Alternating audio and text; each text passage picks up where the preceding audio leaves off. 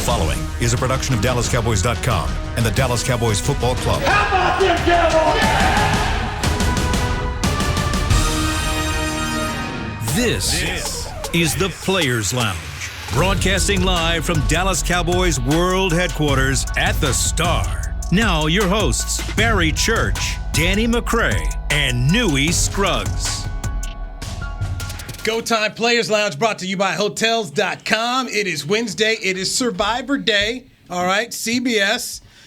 Here locally, Channel 11, CBS 11. Our guy, Danny McCray, is on the show tonight. Yes, Make sure indeedy. you check it out. So, Danny McCray, undrafted free agent with the Dallas Cowboys, now a member of Survivor 41. Yes, 41. indeedy. Holla at your boy. What's your tribe's name again? Louvu. Louvu, that's what it is. Louvu. You know what I'm saying? We baby blue. We just wrecking shop on everything. Reality TV show critic himself, Barry Church. Oh, yeah, I'm on it. Y'all know who I'm with on that, all right? Y'all know where I stand at.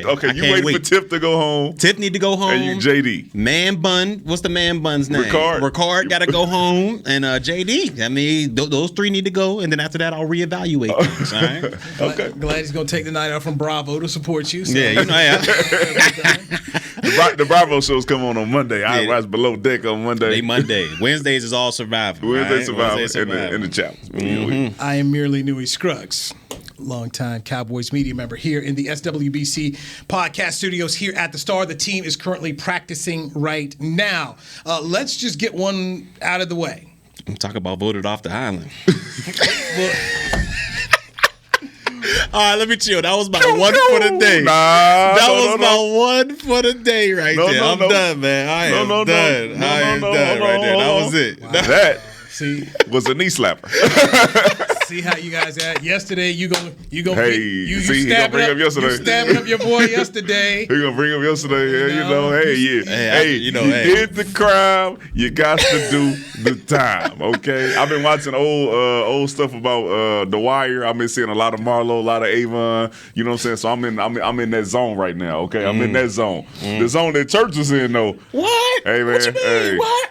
Man, that was my one jab for the day. Okay. You know, that's it. You know, I just had to throw a little, teaser out there. Now we good. So you saying we'll get to Jalen Smith here. Okay, all right. We'll get to Jalen Smith. That's not what you was talking about. No, okay. it's not. Oh, I thought, my bad. I jumped the gun a little bit. My bad. No, I'm talking about what will be. Okay. Jalen was what was. We'll get to what was. Let's talk about what will be. Okay. A lot of people are on Twitter saying, okay, Stefan Gilmore about to get released by the New England Patriots.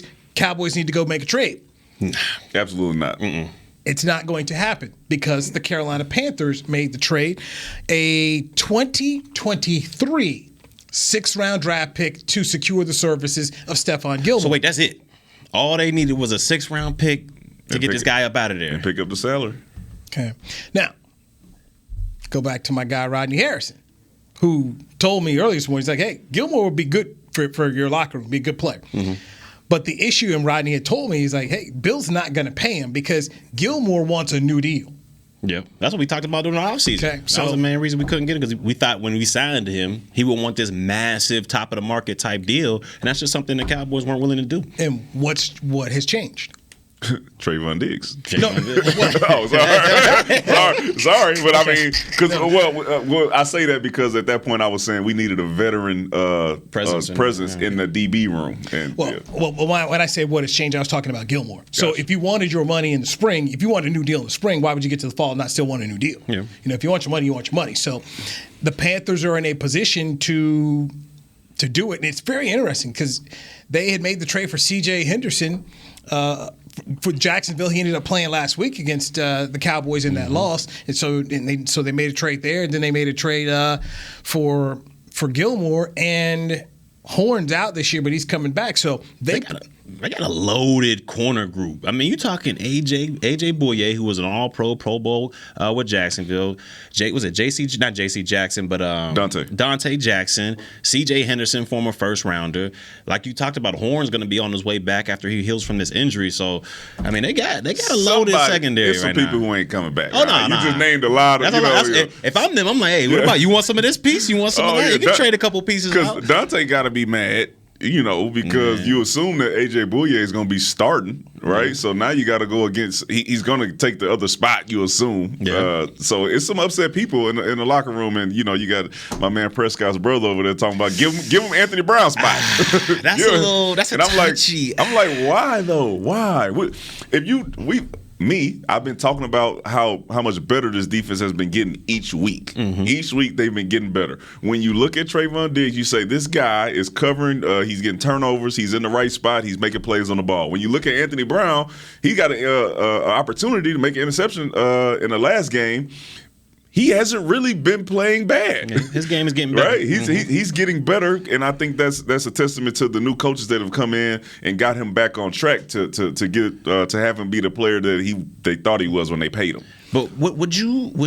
I just want to read the tweet. Go ahead. I just want to make sure we read the tweet here, and I tweeted it out at Newy Scruggs. It's NEWYSCRUGGS. Tad Prescott 5 hours ago tweeted, "The Patriots releasing Stefan Gilmore. He told me 4 years ago he wanted to be a Cowboy. He and Diggs on the field together? ? See, and right there, if I'm Dak right there, I'm like, hey, bro, you got to chill a little bit. You got to chill a little bit on that, because bringing in that guy is going to take somebody's job. Somebody is going to be mad about getting their job taken, whether it's Anthony Brown moving into the slot and then Jay Lew's up out of there, or just Anthony Brown gone altogether, or relegated to a sideline role, basically a backup role. But somebody's job's getting taken there. So you can't go out there and be like, yeah, we got to bring this guy in, bring that guy in. Because if I'm Anthony Brown, I'm looking at the tweets like, hold on. Get your brother, bro. Get your brother. Because, because we know Dak might not have said that, but people are going to assume, because it's coming from his brother, like, hold on, man. This is what y'all talking about over there? Like, I'm not playing up to par right now, so I got to step up my game. Like, it's a little slippery slope right there. Anybody else, like, if it's us saying, yeah, let's bring Gilmore in, that's one thing. If it's the media saying it, that's one thing. But when you got the brother of one of your teammates saying it, I might feel some type of way if I was Anthony Brown. Watch him a couple years ago. He would have been upset if they would have said Aaron Rodgers is on the market. We should go get him to be with Dez and whatever, or whoever else is on the roster. Yeah. This dude would have had a whole fit. He is known for having fits on Twitter for people talking mess about Dak Prescott. You know what I'm saying? Relax, man. Instead of talking about these people, teammates, man, they are playing well. You 3-1. Leave them alone. Leave them alone. It's a touchy subject. Yeah, because like I said, somebody got to go. If I'm AB, I'm just like, man, hold on, man. My play, the Tampa Bay game wasn't the greatest, but from that point on, I got better and better and better. I even got an interception under my belt. Like, I think the tandem of him and Diggs have been playing. Yeah, on a deep ball. I think the tandem with him and Diggs is starting to improve. So I'm looking on Twitter and I'm like, wait, hold on. They're saying I'm not good enough to be in the secondary. I know Stefan Gilmore is a game-changing type corner. I know he can solidify your secondary. But Anthony Brown ain't playing too bad. And I just don't see – I can see us saying that, but not the brother of Prescott. You can't do that. Dan Quinn believes in Anthony Brown, all right? He came to his defense and let everybody know that was not his fault on that play. Yeah. That was the safety's fault, and if somebody fell down, he explained it. Dan Quinn believes in him. He's still on the roster. We know one thing: if they don't believe in you, you be sent back. A lot of disrespect for Anthony Brown. Not here. Not here. We apologize. Listen. We apologize. Hold on. I mean, if we're talking about 2 years ago, yeah. I don't know. I'm talking about now. Listen. What you say about his contract? No. What? Hold on. His contract don't have nothing to do with his play. All right. I say what you said about the man. You're right. And I did. See, there you go. Then I come back and apologize. You did. I give you your props. Because I misspoke. Exactly. You out there like Tad. He did. Listen. No. That is false. All right. The man get paid some $17-20 million, and we were talking about the top paid corners making almost $100 million. So when you talking about the comparison between the contracts, that's what I was talking about. He side-eyed you too, didn't he? He's trying to start some mess. No, Anthony Brown, you're playing good. I would not go get Stefan Gilmore because I believe that you are continuing to get better. You wouldn't get that guy. You wouldn't go get him if. No, I wouldn't mess with our defense right now. Okay. Now, this is something else that media was out here. We're watching practice and just kind of talking to people. And Mickey and I were Mickey Spagnola, who has his podcast, Mick Shots After Us. We were just talking, and right in front of us is Kelvin Joseph. They used a second-round pick on the guy. They still have hopes for the player. And to me, it seems that McCarthy is very comfortable playing young guys, and that Dan Quinn is very comfortable playing young guys. So you bring in Gilmore, then Gilmore becomes what Bill Parcells used to say is a progress stopper. Yeah. So, and Mickey also brought up the point of, yeah, you have $10 million. He said, but you've got all these other guys that you have to continue to pay. And then he went over here, he started looking at the injured reserve list, the practice squad. He's like, that money goes to pay these guys. Then he said, whatever savings that you have, you can roll that into next year. And then you start to think about all the different free agents that the Cowboys have. And I don't think we talk about that enough. Randy Gregory's a free agent. Connor Williams is a free agent. Dalton Schultz is a free agent. Keanu Neal. Keanu Neal's a free agent. Both the safeties. I mean, basically the safety, the safety room, the whole safety room is up. So it got Leighton Vander Esch who's up. So you've got all of that going on here. So you bring in Gilmore, those are certain things you got to talk about. And oh, by the way, it's one reason why Jaylon Smith was got. Yeah. Mickey said they tried to restructure the contract. He said no. Yeah, and was it the restructure? So that's what. But why would you restructure that? If I'm him, I'm like, I think they said. I heard they try to take the injury. This is the injury guarantee away. So yeah, that's what I heard. If he would have got injured, they would have had to guarantee his salary next year, which was like 9.2. And I can understand that, like, because injuries happen. We've seen it. People get injured at practice all the time. People get injured in the games. And if something terrible were to happen to him, then they're on the hook next year for 9.2. But he ain't missed the game. Like, and when did you decide? Like, have y'all been having this conversation since like training camp, or did this week you come in and be like, hey, bro? As a matter of fact, just in case you get hurt on your 20 snaps, we need to make sure that we are set for next year. No, I know how they is. I know. It's a business. Hey man, I'm not upstairs in the GM role. I'm just here, just like man, that was rough. I did not expect to see that last night come across the ticker. I didn't at all. And if you're Jalen, do you actively go out there and try to get back on the squad, or when you got 7 coming in the bank, do you say, all right, let me chalk this up, let me get healthy, let me get back together, and see if I can do something next year coming around, because you got 7 coming to you. But is he not healthy? I mean, I guess he's healthy. Like he said, he haven't even been playing that much. I talked to one of his folks. He told me Jalen's looking to play for a Super Bowl contender. And then he had talked about how he was number 11 in the Pro Football Focus rankings for linebackers. And I had someone here in the building tell me, he said, Newy, that's one of the biggest bunches of out there. You talking about PFF? Without a doubt. Because he says, they don't know what we are grading. They don't know what we're doing. And so he says, Newy, you got to stop following that stuff. And so when his person was saying, yeah, man, he's number 11 in the PFF rankings, like, man, there was one coach. That stuff does not matter in a lot of buildings. And I think you were there. There was one coach who tried to bring out the PFF grades to basically break down why this person lost their job and why they're a backup now. Were you there for that? This was Will Cox and Joe Baker. That's what JJ. So Joe Baker came down. Oh, no, this is why. This is why you're not playing right here. PFF has you as 56 out of whatever starting safeties.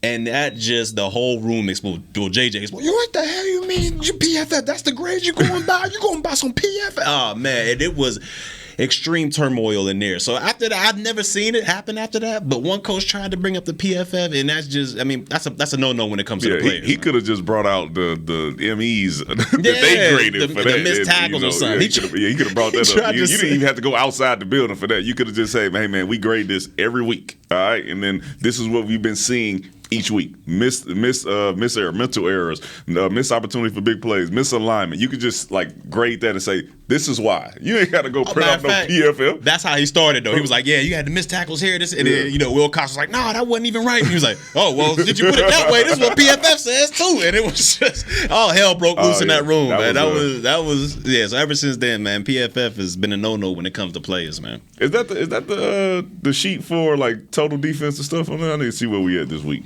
Y'all ain't nowhere near the top 10. You're number 26 in total defense. We still 26? Yeah, 16 spots out, man. That steak about to be good. We ain't go up at all. Nah. I mean, y'all might. Y'all had Gilmore could come in there.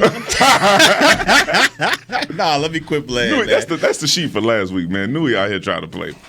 Go ahead, break him with the dates on there. Do it say tied? Nah, you're in 2-6 spot right number now, one man. on offense. What defense it? Okay, hold on. We'll take the break and You're going to hand me the offensive page. No, well, we'll take the break and I'm going through a whole bunch of stuff here. We'll take the break, but I made sure I just wrote down what I know you got it circled. We got to talk about the ramifications. The most important thing right there, which right here, total defense. I know you got it circled. We got the ramifications with Jalen Smith when we get back. Yes, let's dive into the reasons, and are you buying the reasons? I'll give you some of the things that I've been told why Swiper is no longer here. Let's dive into that. Players Lounge brought to you by Hotels.com right here on DallasCowboys.com radio. Oh, that man. Honey, big news. Gary, are you okay? Oh, I'm not Gary anymore. I'm Jackie Flash. What? See, I want the latest smartphone, but the best deals are only for new customers. So to get a new customer deal, I changed my name to Jackie Flash. Okay, but the best smartphone deals at AT&T are for everyone, new and existing customers. That's huge. Then guess who's getting a deal? Is it Jackie Flash? Jackie Flash. It's not complicated. At AT&T, our best smartphone deals are for everyone. Restrictions apply. Visit att.com for details. The Cowboys way, where 16 Hall of Famers and 5 championships shows us what success looks like. Where turkey is always the second best part of Thanksgiving Day. Where we are all defined by one single thing, the star. Where we as fans know it's our job to keep the tradition going. Bank of America is proud to be the official bank of the Dallas Cowboys and to support the quest of living life the Cowboys way. Copyright 2020, Bank of America Corporation. Hey Cowboys fans, ready to spice up your next watch party? Bring Yo Quiero guacamole and be the game day hero. Yo Quiero means I want, and we know you want great, fresh-tasting, ready-to-serve guacamole for your home gating and tailgating events. Made with real avocados and the perfect blend of spices, it will be the star of any party. You can find us at your local Albertsons or Tom Thumb in the deli section. If you can't find it, talk to your store manager and tell them, Yo Quiero guacamole. It's game day. You know what that means. First, kebab prep. Steak, pepper, onion, steak, pepper, onion. Next, a counterclockwise lap around the room. Now the lucky grease-stained jersey goes on. And lastly, the dance. You know the one. This is a game day ritual no matter where you are. Whether you're traveling to the game or watching from your favorite vacation spot, book a place to stay on Hotels.com and keep the tradition alive and well. Hotels.com, proud partner of the Dallas Cowboys. Back to the Players Lounge. Dallas Cowboys cheerleaders making the team is back for another exciting season. Don't miss new episodes every Friday night. 9/8 Central only on CMT. Church, you into that one? Is that on the list? No, I'm not really into that one. You know, I watch a lot of TV, but not that one. Not that one. I'm trying to finish up Boardwalk Empire right now. I'm on, end of season 2 right now. Chalky White been doing this thing, man. So that's what I've been binging so far. But gotta find a new one. Y'all tell me y'all watch Squid Games. Nope. Y'all still ain't caught Squid Games. I finished Money Heist. Oh, Money Heist was good. Wow. But Squid, oh, man, y'all got to check it out. My boy Sung Woo, man. Sung Woo he's treacherous, man. Hey, y'all got to check it out, man. Is it in English? It's dubbed. Yeah, it's dubbed. But you going to get old. I'm telling you. Is it like Money Heist dubbed? Nah, it's better. It's a better dub. Okay. It's dubbed like Money Heist, but it's a better quality dub. Man. Y'all got to check it out, man. I'm currently trying to finish up Muhammad Ali. The Ken Burns did his Muhammad Ali, so it's incredible on PBS. It's a documentary or like a documentary he did. And it's on PBS and it's free till October 10. Then they take it away and you got to pay. So I'm trying to get mine in. I was at the gym this morning walking. Baby. Well, actually they released it in September, but I've been doing that school thing, so I have time to get to it. So I was up this morning. Got 45 minutes on the treadmill. Sitting there watching it, baby. Watching it. But getting that good work in. Only problem is I've read the book that Jonathan Ive wrote on Ali, and then I read the book Randy Roberts wrote on Ali and Malcolm X called Blood Brothers. So basically all it is right now is the book. Okay. Yeah. It's like, okay. You know what? Books are always better than TV. I'm enjoying it, but I'm at this point in time, I knew that. Gotcha. So I just knew all these things. Mm-hmm. I knew how he got to the gym. I knew how his bike got stolen. I knew what so I knew all this. So I've read close to 1,000 pages on it between the two authors. So and look, they're great authors to go through. And then on Netflix, they've got the Blood Brothers documentary. That's also based on the book that Randy Roberts and the other guy did. So anyway, it's just I'm waiting. It's early, but I'm just kind of waiting. Last to learn thing, did you new. watch Once Upon One Night in Miami? Yes. You watched it? Okay. Yes, fantastic. Yeah. Loved it. Yeah, Absolutely. it was good. Absolutely loved it. You're in the Players Lounge, brought to you by Hotels.com. Barry Church, the ultimate survivor, Danny McCray. Make sure you are checking him out tonight on CBS at 7 o'clock, Survivor episode 3. You don't have to go ahead and put the defensive standings over there. You look, man. I'm not good, bro. They saw it. It's okay. all good. It's okay. We climbing. Total defense Let me 26. tell you something. It's okay because Washington ahead of us, and after we play them, we're going to be ahead of them. It's some people up here we finna catch up with. Okay. Right. Okay. I understand. So, back into Jaylon Smith, released by the Dallas Cowboys yesterday. I was like, whoa. My first thought, did something happen that we didn't know about? But the more people I'm talking to and the more things I'm hearing, even from Coach Mike McCarthy, when they say, well, it was a team decision, they have other guys that they're going to have to get roster spots too. Guys are coming back. Lel Collins is coming back. I saw Sean McEwen out there walking around. At some point in time, he's going to be back. You got Kelvin Joseph who's coming back. You also look on this list here, you know, DeMarcus Lawrence has got to come back here at some point. Neville Gallimore. So they're needing some spots here to get guys on. And so the spot that was created by Jalen leaving, Keanu Neal is going to go ahead and fill out when they put him off the COVID list this week. So, I mean, it's getting to that point in time where you really are looking at, hey, we've got a young roster. We've got a lot of these young guys. We don't want to let some of these guys go. He's a fourth linebacker. They were concerned about having to pay $9 million next year to injury. They made the move. Can I ask y'all a question real quick? Do y'all think it's more about his play on the field or the youth and talent we have behind him needing reps to get out there? Like, what do you think was the main factor into this guy's being released? Yeah, the finances, the financial situation. But I think that they feel comfortable with some of the young guys they have coming up. Jabril Cox, you know, as one of those guys. I think they want to see what he has. I think we've seen what Jalen has, and it's been okay. But I think they picked between him and Leighton Vander Esch, and they figured, you know, Leighton Vander Esch was a little bit more productive than him, so they're going to let some guys, some young guys, come up and take some of that time. Also, I was told that Jaron Curse has been able to play in some some nickel situations a little bit, get down there because of that big frame and being past the situation. So they want to make sure he's got a spot out there. So. I had said before, I didn't think there was any issue with keeping Jalen because it was sunken costs. You weren't going to get the money back. Yeah.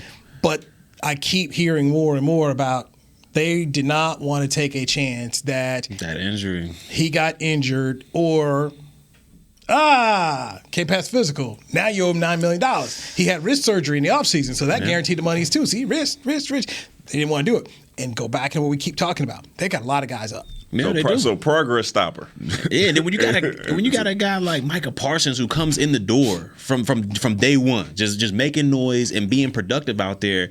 I mean, you knew the writing was on the wall. I mean, you knew they didn't they drafted all these guys in the offseason, but you couldn't release him back then because of the wrist surgery that he was having, and you didn't know how Micah Parsons was going to develop. You didn't know how Keanu Neal coming from the transition from safety to linebacker, how he was going to develop, and he was hurt as well, coming off an Achilles. So you didn't know how these guys were going to respond out there. And then once they got to camp, and once they got to camp, and these preseason games started rolling around, and they said, "Man, look, we got something at this linebacking core now. Sure. We got Parsons at nickel. We can bring Keanu Neal in there at nickel as well." And they saw how they were flying around the ball. We seen how they played at Arizona, stripping the ball out there, stopping the run as well as anybody we've had in a long time. So that I think had a lot to do with it, as well as these young guys coming in, pushing him out the door. Because when you talk about cost and financials, I mean, he was already in there. It was the money was already guaranteed, so it wasn't like they was going to lose the bread. But these young guys just kind of pushed him out the door. But if it's me and I'm owning this man, bro, you better get on some special teams. You better quality control something. You doing something out there. See, man. I think that's one of the issues too. I think that there may have, I don't know anything. But if I'm a guy who's been a starter, who changed my number to number 9, I'm the guy, right? And then all of a sudden I'm slipping from 4 to maybe 5 to maybe not dressing.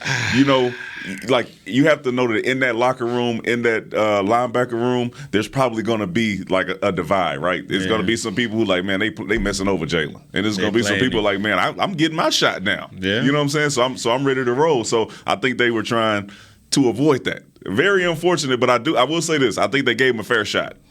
He got out there. They let him play. They let him go out there. I really believe that it was between him and 55. Like they wanted to see if he was going to be able to at least play up to that. And I think Leighton Vander Esch outplayed him. And then the money really just draft night by the Denver Broncos really did him in.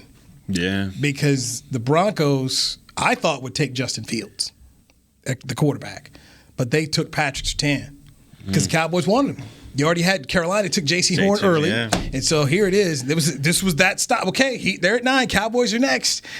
Yes, Patrick Surtain. I'm like, oh man, boom. Where are we gonna go?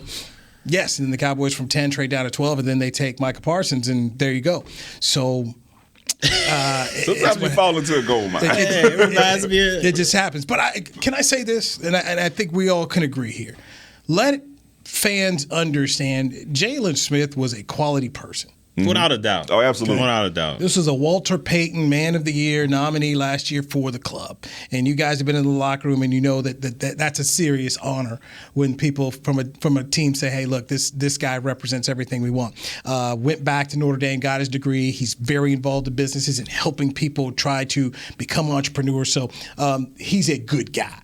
And I hope that doesn't get lost on people. Don't forget the path, right? So not only a good guy, but a hard-working guy, a guy who was resilient and went through a lot just to get back to playing on the field. And you have gone through an injury to where you're not even sure if you're going to be the same. So he did that as well. And he had nerve damage after that. After that Tostitos Fiesta Bowl or whatever. So for him to battle back, take basically a redshirt year, his rookie year, come back 2017, play well. 2018, he was considered, him and Van Der Esch was considered the top tandem in the NFL. So, I mean, he's definitely battled back from a lot. But I got to say this, man. I would be sick, man. Y'all made me the captain. Wasn't he the captain for the Carolina game? And a couple days later, man. That's why it's a little bit more confusing. Yeah, I was like, there's mixed signals going on here, man. Because you had to believe that this was in the plan. Like, at some point, it's like, hey, listen, if this doesn't work out, we're going to have to find a way to move on. And he's captain last week. It was like 5 days ago. Yeah. Do you think 3 days ago? Do you think they were already in his ear? Like, you know what? Or throughout the whole offseason and during the season, like, look, you got to play well. If you don't play well, we have a chance to release you. We're going to release you. Or you think this was just like out of nowhere, like, hey, man, your play ain't been up to charge. Well, when they talk you got to go. When they talk about the structure of the contract, that's and usually those conversations. I don't know. You guys would know better than I. I don't know when they initiated the conversation, but hey, we want to change some things here with the contract. Usually they do that in the offseason. That's why I'm like. And then you decide to say, nah, you balk at it. Then there you go. I mean, this seems very Belichickian of the Cowboys. Hold on, I told y'all my story now. All right. Yeah. I was smooth on through, and my agent called me the day of final releases and said, "Hey man, I think they want you to take a pay cut." And they called me in the office. I said, "How much time do I have to think about it?" He said, "I'll walk out the room. Give you a second. But if you walk up out of here, you released." So I mean, it could go either way. They could have been talking about it in the offseason, or it could have happened yesterday when we all found out. Same thing with Gilmore. Hey, man, let's work on that contract. He said, no. Okay. I mean, this is just very Bill Belichickian. And I also want to make sure I put this point out there. The Cowboys took Zeke 4th overall in 2016. And I said this because they have a bunch of those Notre Dame games on NBC where I work. Jalen Smith at Notre Dame was, to me, everything you see in Micah Parsons at that time. He was a sideline guy. The guy made some fantastic plays. He was a fantastic player. And to see him get hurt against Ohio State in that Fiesta Bowl, it was devastating. Because I'm telling you right now, had Jalen Smith been healthy, he first rounder. No. There's a guy that I could have seen the Cowboys taking it forward. That's how good he was then. And so we look at what Micah is right now.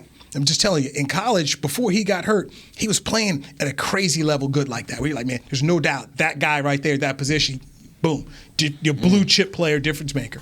Which is why they took the chance on him in the 2nd round, by the way. That's the thing that people don't realize, man. The guy was this really, really, really outstanding player, 1st round type talent they got in the 2nd round that took a chance on. Almost like Randy Gregory. People forget, man, this guy was starting to be a top 10 pick before he slid down with his issues. So same with Bruce Carter a couple years before that. So, the ACL slid back. Yeah. So right. So this same with my man Collins. Yeah. Slid on up out the draft. Yeah. So some circumstances were there, but for him to work like he did and make himself a player that ended up becoming a Pro Bowl alternate, man, my hat's off to Jalen and what he's trying to do off the field. The Cowboys decided they wanted to go a different direction. So I can't sit up here and just say, man, I get it. the reasons I'm hearing, I get it. Sometimes you're like, I don't want to buy that. I can hear this because you just look at guys are coming back. They're going to have to change the roster. And, who are going to be some people that don't make it? I'm hearing Bradley and I may not make it. Down as guys are starting to come back. They're going to be needing some spots here. And Jalen was a spot they looked at. The money in the next year, they didn't want to guarantee the 9, considering how many guys are up there. So good luck to Jaylon Smith. Yeah, hope he lands on a contender. As he goes forward, I'm not going to dump on the guy like so many people are out there. I'm just not going to do it. This is not an easy day. It don't, whatever. We laugh and joke on the Players Lounge about, little stuff, but this is like the reality of the NFL, all right? So as being former players and having to go through stuff like that, it ain't easy, all right? It just seems like it's like, oh, yeah, he going to find something to do. He rich, he got whatever. It ain't that easy. It's a slap in the face. Yeah. So what do you guys do when that happens? Would you call a teammate, you go on over? What do you do when something like this happens? When I got released from Jacksonville, I was a lot older. I was further on. I was in my 9th year, so I was a lot older and way out of my prime. So I knew, after that season, regardless, I was going to call it a day. My body was hurt and everything like that. So it was kind of different for me because when I got released, it was just and it was the same situation. They still owed me money.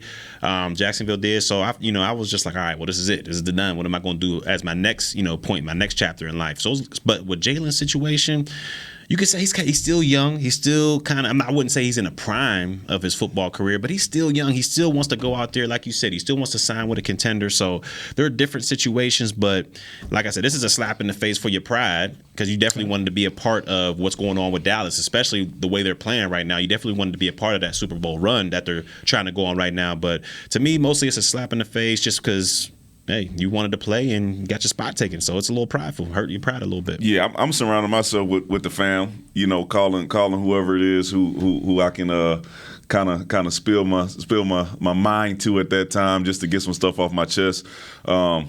Grab me a couple of brewskis, you know what I'm saying? Sit back and relax, man. Yeah. Sit back and reprocess, man, and then so he can get back to what he needs to do to get back in the league. And he's been able to do that before, so I'm sure he'll be able to do it again. Without a doubt. All right, let's hit a break here. And there are times when folks are have questioned Mike McCarthy. I mean, it comes with the job as the head coach. People are questioning things, but something keeps happening that makes me have more and more respect for Mike McCarthy as a head coach and what he's doing here with the Cowboys. Kool-Aid. Yes, I'll tell you about that next. Kool-Aid. Right here on the Players Lounge on Hotels.com. Brought to you by Hotels.com on DallasCowboys.com radio.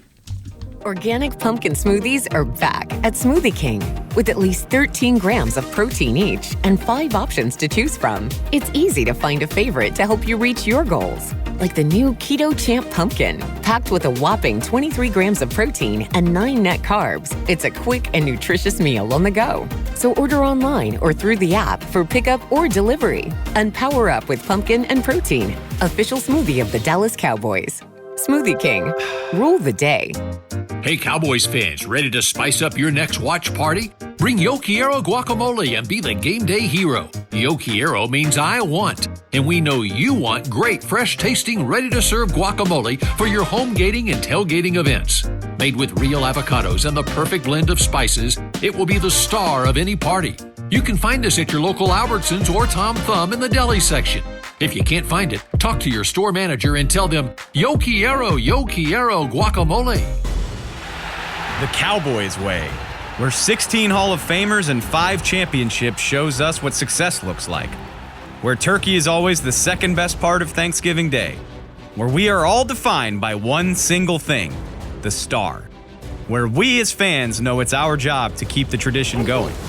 Bank of America is proud to be the official bank of the Dallas Cowboys and to support the quest of living life the Cowboys way. Copyright 2020, Bank of America Corporation. Hi, I'm Clint Tillison with United Ag and Turf. Before you can park yourself in front of the game, park yourself in a John Deere and power through your chores. Our Land Run package is a 1025R, 25 horsepower tractor with a loader, rotary cutter, and a box blade for $229 a month. And the price you see is the price you'll pay, no surprises. So don't miss another kickoff. Visit UnitedAgAndTurf.com. Offer ends February 1st, 2021. Restrictions apply. See dealer for details. Now let's get to work. Back to the Players Lounge. Cowboys Nation can join the fight against cancer with its 2021 Crucial Catch gear.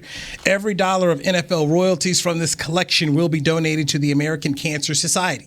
Visit your local Dallas Cowboys Pro Shop or log on to shop.dallascowboys.com. A Fanatics experience. Okay.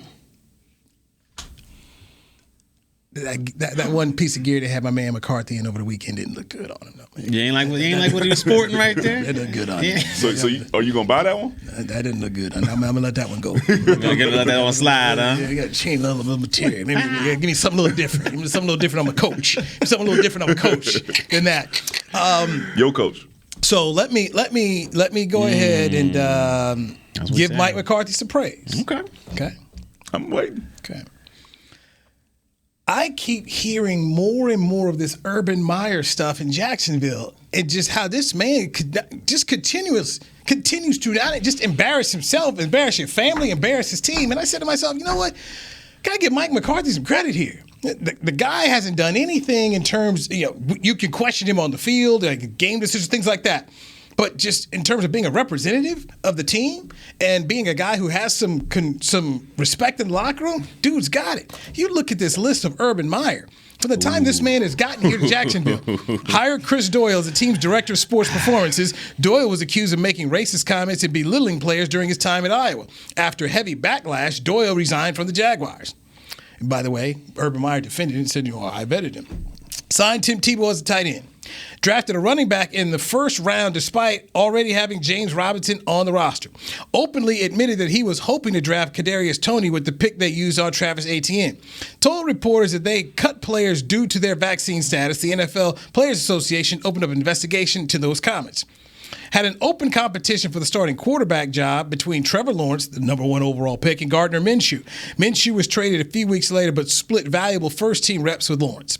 Traded away last year's number 9 overall pick. Team starts 0-4. Didn't travel with the team after their Week 4 loss to Cincinnati. Viral videos and photos emerged with him and another woman who was not his wife. Owner releases a statement that Urban Meyer must regain trust and respect. And then Urban Meyer today says that it's the team. They're going to decide how this goes. What do you mean? It's the team. You're the coach. Looking at this guy, they're just saying, if you're a Cowboy fan, your coach isn't doing this. The questions you have about your coach, it's not about him. It's not about his character. It's not about his ability to do the job. It's this man he's overmatched. Newy, I love you, all right? Listen, Newy, I love you. You know what I'm saying? We are friends, okay? But I am not about to let you give Mike McCarthy no props for doing the right thing, all right? Come on, man. We not going to – because Urban Meyer out here messing up, we got to give Mike McCarthy some props for being a good guy. He's supposed to be a good guy. What do you mean? We hope he's taking the plane ride back. We hope he's not out at a bar. You know what I'm saying? That's true. Of course, yeah. Oh, yeah, thankful for you that. All right. I will say this. Mike McCarthy, they're 3-1, so he does deserve some credit for the team being 3-1. He's the head guy because they were 1-3. He will be getting all the blame. All the blame. So yeah, shout out to him for having his team right, especially coming out the season that they had last year and all the questions that we had about some of the decisions that he's been making. Some of it is still time management that we're still a little confused about. But you're a 3-1 team. No apologies. But for being a good guy, hey man, let's think. We should give Pete Carroll some props. We should get. If we want to go through the list, everybody except Urban. Okay, now when you were Mike Tomlin, everybody getting props. All right, you're good guys. Once a time when you were in diapers, you may not have been born, but the Cowboys had a little image problem and they were trying to clean it up. And the head coach takes a gun to the airport. No, I feel you. Barry Swinton. They go to the airport. They check it. Barry Swinton brought a gun to the airport. Jules Santana, ain't it? Yeah, so Santana was on the same thing. And Jerry was hot. Like, man, we trying to clean up our images. You got a gun at the airport. It was strapped. Listen, we ain't had no image problem since I got here. Wade Phillips wasn't an image problem. Jason Garrett wasn't an image problem. And Mike McCarthy's not an image problem. I look up here and I just see this man, your boy shot and wake up, bro. I'm just thinking about something. You're at the end. You got 7 minutes. Come on, give me 7 minutes here, okay? Give me 7 minutes. Did you play golf this morning? Nah, I went for a run this morning. I've been up since 3:30, my man. I've been up since 3:30. So,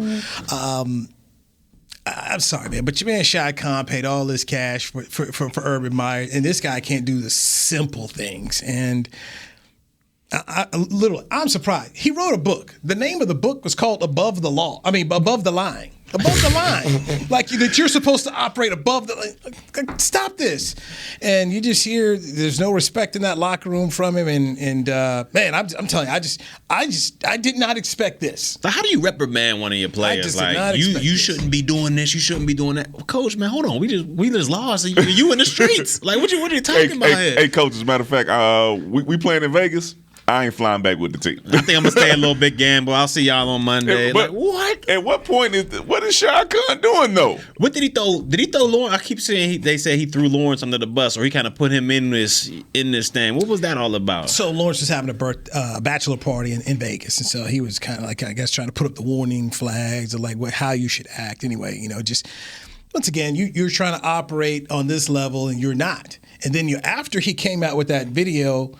The media session with the apology came the second video. And the second video showed, my man was touchy-feely. I ain't seen that one. I ain't seen that one, man. Yeah, somebody sitting there to me. Yes. Hey, I'll tell you what.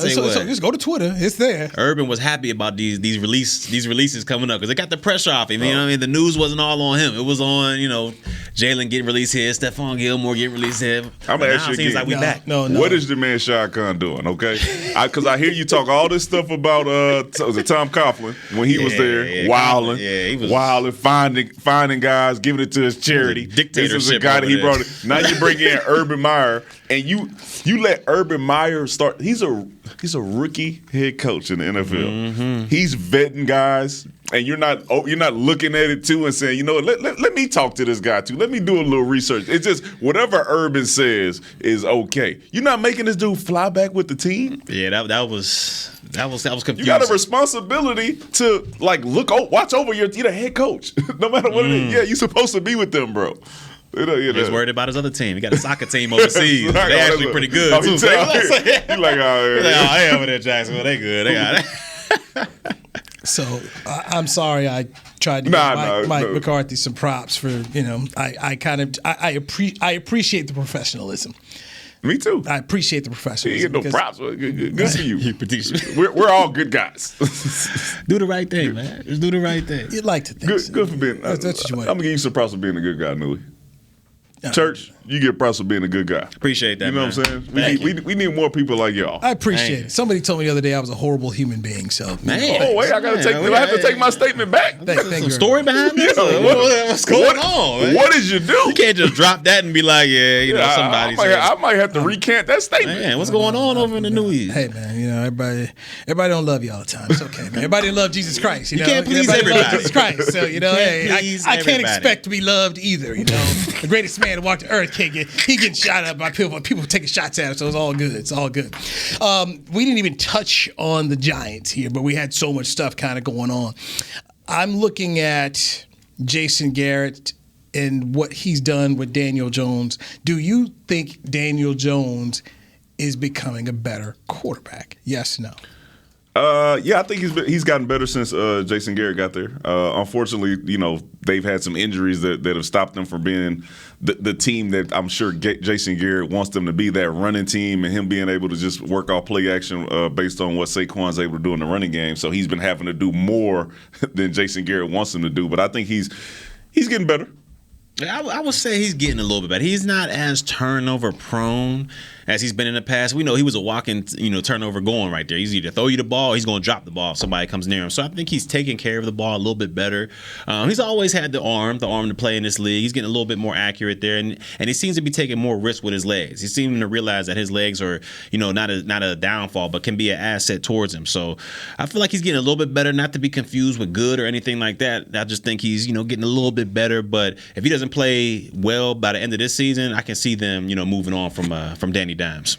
Yeah, they got to get that running game going. That's the only thing. I think that's the only thing that can save them. And you say that, and I come back to this real simple thing: their offensive line is not good. And that's on the general manager, Dave Gettleman, and the owner, John Meyer. They've not put together a good offensive line, and that was what Gettleman said he was going to do when he got there for the football team. Their number one pick that they took last year out of Georgia, Andrew Thomas, that was 5-6 good tackles in that draft. He was the first one gone, and he wasn't. I thought he was, to me, he looked like a Tyron Smith type player. big, lean kind of tackle, the kind of guy that Jason likes here. And I could see Jason and Joe Judge looking at Thomas saying, boy, this could be another young Tyron Smith. It just hadn't worked out. And I guess I'm making an excuse for him, but I'll make an excuse. Going through COVID last year, there are some players who just didn't have good years. Yeah. It affected them. Some guys need to be on the field with coaches, and he's been better this year. But I just still think all the way across, it starts with the offensive line. The kid they took out of UTEP, Hernandez, the guard, he hasn't been what I thought he would be. They gave all that money to Solder, which was dumb because when Bill Belichick thinks you've gone and cooked, usually cooked. Right, what are you doing? So they just have not been able to build the offensive line, and that was something that under Jerry Reese and Tom Coughlin, they did a good job of.